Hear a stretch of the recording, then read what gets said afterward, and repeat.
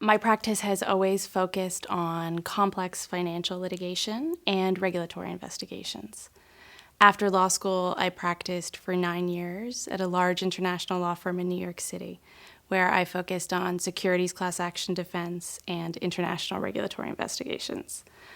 Those weren't necessarily the areas that I thought I would practice in, but like so many people, I was drawn to the people who worked in those groups. And I was very fortunate to find great mentors there. And also lucky that I really enjoyed the practice. At the time, we were working on some of the largest class actions and regulatory enforcement matters in U.S. history. So it was a great time to be a securities lawyer. After that, I moved to BMO Financial Group in 2012, where I managed a portfolio of litigation arising from our capital markets line of business. And that's when my area of focus really started to expand. Not only was I handling securities and regulatory investigations, but more broadly, my practice included bankruptcy litigation and employment law and compliance advisory work, really anything that touched on the capital markets line of business. And I found that at that stage in my career to be a really interesting challenge.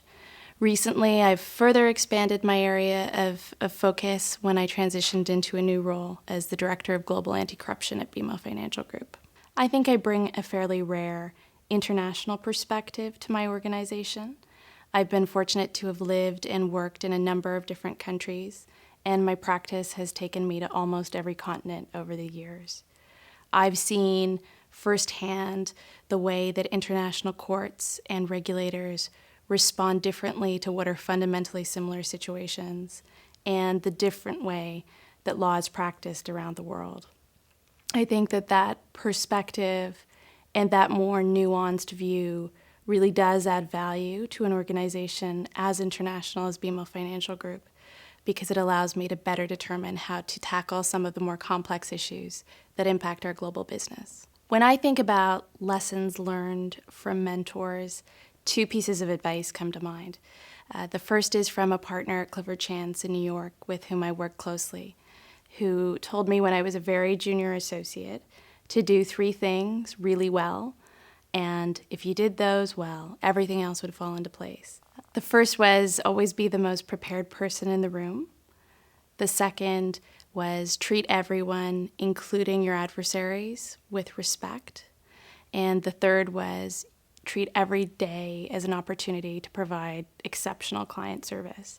And I remember that struck me as very simple advice at the time, but it really has served me well over the years.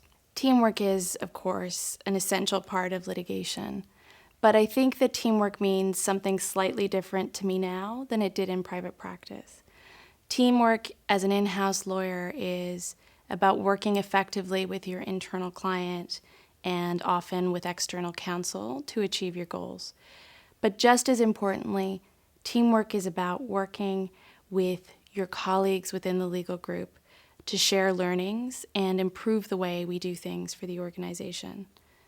Just recently, BMO Financial Group's Litigation Practice Management Group won 2 awards for innovation in the way that we manage our litigation portfolios. And that was a real team win because it required every litigator to make those changes and achieve that innovation. And I think we're constantly challenging ourselves to do better for a common goal, and that to me is real teamwork.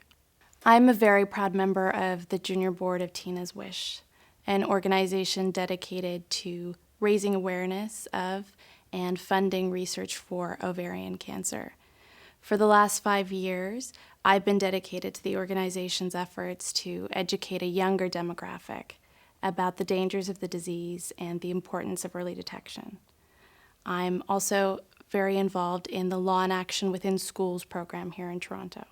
I mentor a high school student who's interested in a legal career, but her family, as recent immigrants, are not familiar with the Canadian higher education system.